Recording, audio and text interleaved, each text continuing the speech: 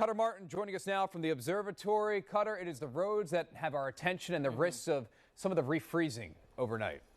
Yeah, Rick, speaking of snow-covered roads, I want to show you an interesting map here as we take also a live look outside. Snow has stopped.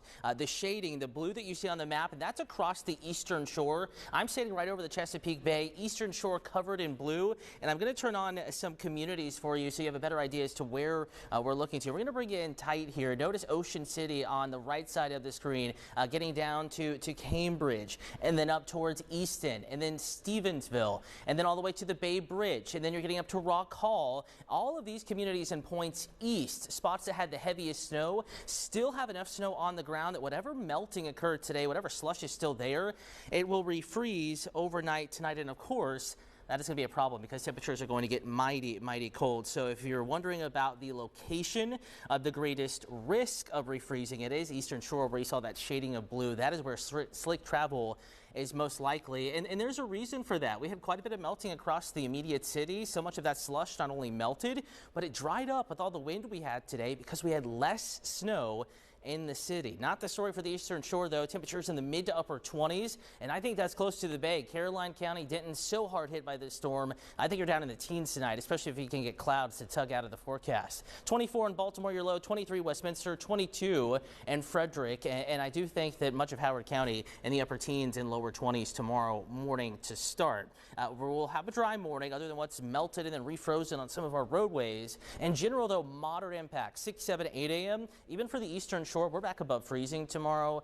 Barely so, but with that February sun angle, it's going to do some melting. We'll see some slick spots, whatever do develop, diminish as we get into that 9 to 10 o'clock window. Still cold, though. Temperature right around freezing through 11 a.m. in the city. 33 at 1, 35 at 3, 34 at 5. Today, we were in the upper 30s and lower 40s, so despite having a little more sunshine tomorrow, it'll be a colder day. It's going to be a cold one with a breeze, making those 30s feel like 20s. Same story, Eastern Shore. Again, more melting happening, especially between noon and lunchtime. This is Easton's neighborhood forecast, and maybe 3 p.m. with a temperature of 35, still 35 at 5 o'clock in the afternoon. And it's not just Easton, not just Baltimore that'll be stuck in the mid 30s tomorrow. So many of us colder than 38. Case in point, Westminster 33, 38 in Clinton. And then notice the deeper greens here, probably some highs right around freezing.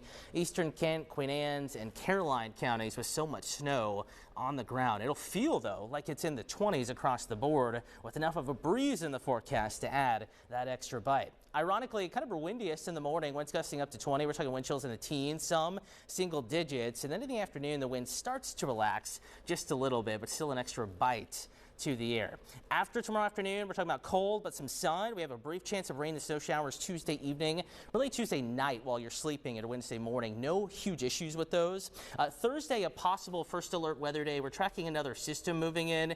I would say steady rain is the safest bet, but just cold enough to possibly mix with some maybe freezing rain and sleet and snow, especially north of I-70. Slower evening commute is possible. We just want to let you know that we're watching the next system. You should keep a casual eye on that Thursday forecast, and if it trends more impactful, we'll add on the first alert, give you that heads up. 47 and sunny on Friday, 56 on Saturday. Next dip in the temperature, not the forecast until we get into next week. Alex.